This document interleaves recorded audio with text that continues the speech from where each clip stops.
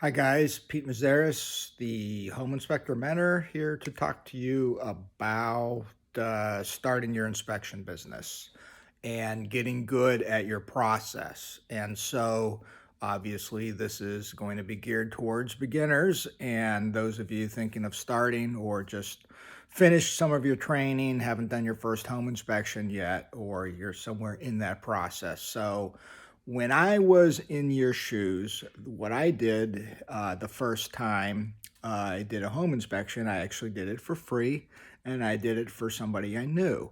So I'm a big fan of recommending that you, as a new home inspector or contemplating becoming a home inspector, once you go through your training, before you advertise yourself to do home inspections, actually conduct 20 to 25 practice inspections on your friends, family, neighbors' houses for free. And so, what this does is accomplish a few things. Thing number one is that it helps you establish a routine for doing a home inspection. So it is something that a routine is important, in my opinion, because it, number one, prevents things from being missed. If you're doing the same thing the same way, the same time, each time, it prevents you from, or it helps you from missing things. That's number one. And number two, it gets you comfortable with your pace of inspecting, and the routine gives you some practice that when you do that first home inspection, you won't feel as nervous because you've already done 25 of them at your own pace, because obviously your friends and family and neighbors aren't going to follow you around during the home inspection, which I don't recommend you have anybody follow you around during a home inspection, whether you're getting paid to do it or you're doing it for free. But anyway, getting back to the 25 free home inspections, number one, it helps you establish your routine. Number two, if you come up and discover things that you've never seen before in your training, then you can research them, look them up, and do some legwork to get some more knowledge technically.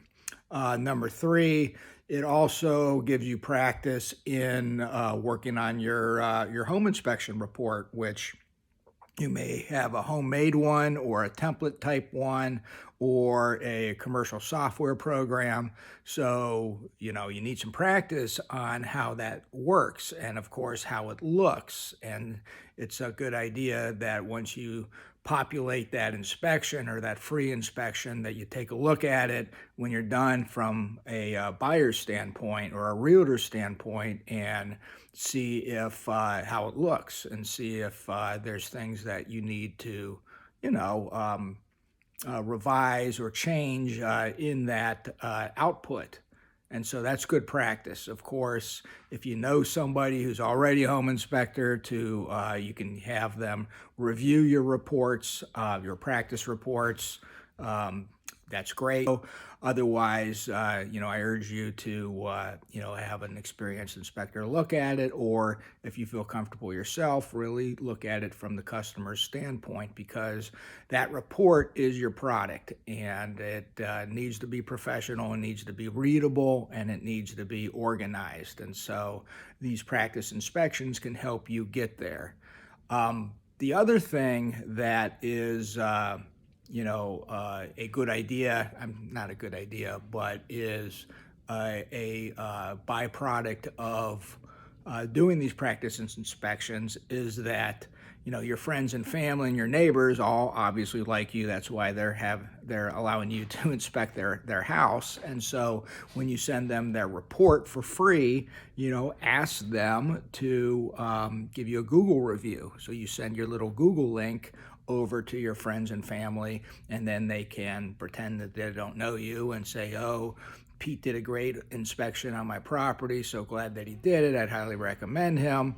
Boom, you got your first Google review. What happens if you get 20 or 25 of them? that is way, not way, but it's a great thing to get started on in the marketplace, so that you can start, getting customers from the internet. So that's why I recommend doing practice inspections for free once you get your training, before you do your first home inspection, for all those reasons. And I wish you luck.